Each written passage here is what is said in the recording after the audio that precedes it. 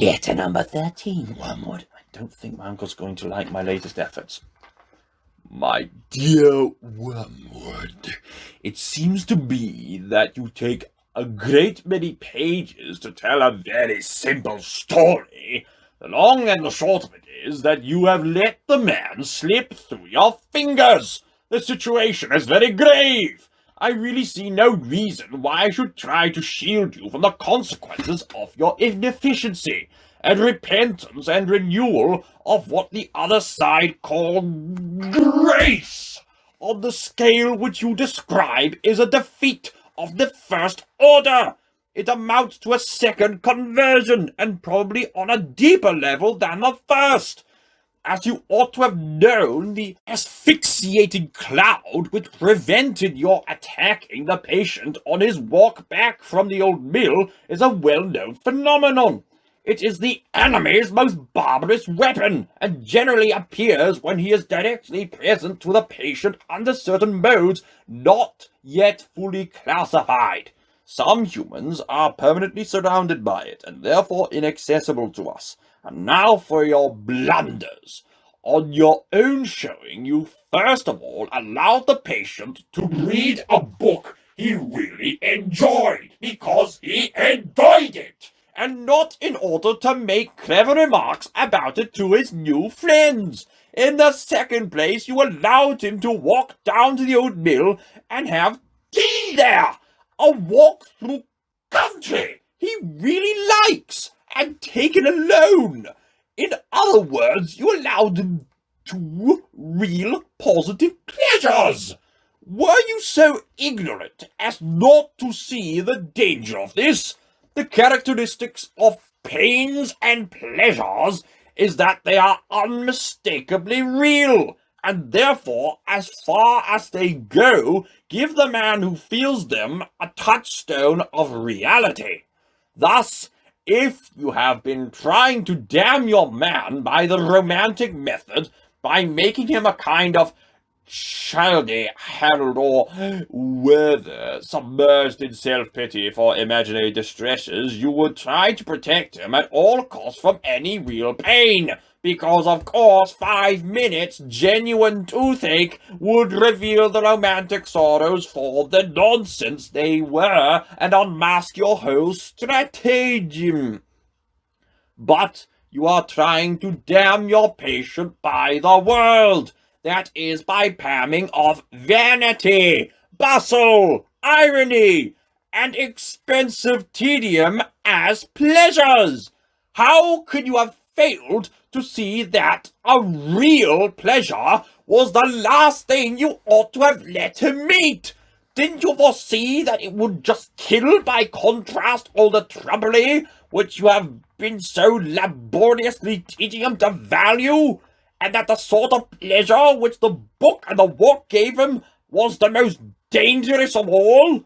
That it would peel off from his sensibility the kind of crust you have been forming on it, and make him feel that he was coming home recovering himself? As a preliminary to detaching him from the enemy, you wanted to detach him from himself, and had made some progress in doing so. Now all that is undone! Of course, I know that the enemy also wants to detach men from themselves, but in a different way. Remember always that he really likes the little vermin, and sets an absurd value on the distinctness of every one of them. Ugh. When he talks of their losing their selves, he only means abandoning the clamor of self-will. Once they have done that, he really gives them back all their personality, and boasts, I am afraid sincerely, that when they are wholly this, they will be more themselves than ever. Hence, while he is delighted to see them sacrificing even their innocent wills to his, he hates to see them drifting away from their own nature for any other reason, and we should always encourage them to do so. The deepest likings and impulses of any man are the raw material, the starting point, with which the enemy has furnished him. To get him away from those is therefore always a point gained. Even in things indifferent, it is always desirable to substitute the standards of the world or convention or fashion for a human's own real likings and dislikings. I myself would carry this very far. I would make it a rule to eradicate from my patient any strong personal taste which is not actually a sin, even if it is something quite trivial, such as fondness for county cricket, or collecting stamps, or drinking cocoa.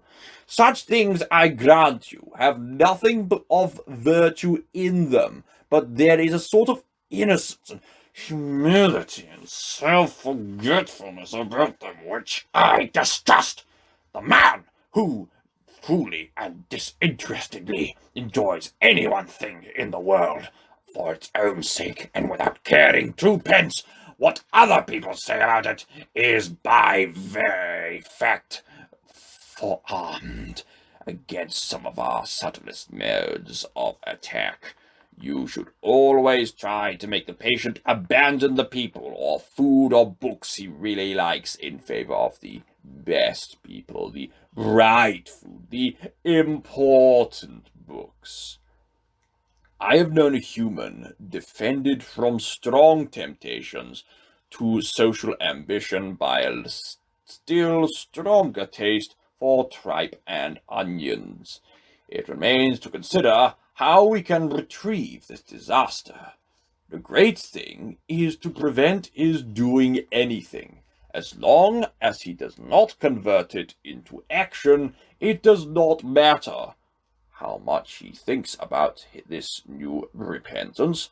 Let the little brute wallow in it. Let him, if he has any bent that way, write a book about it. That is often an excellent way of sterilizing the seeds which the enemy plants in a human soul. Let him do anything but act. No amount of piety in his imagination and affections will harm us if we can keep it out of his will.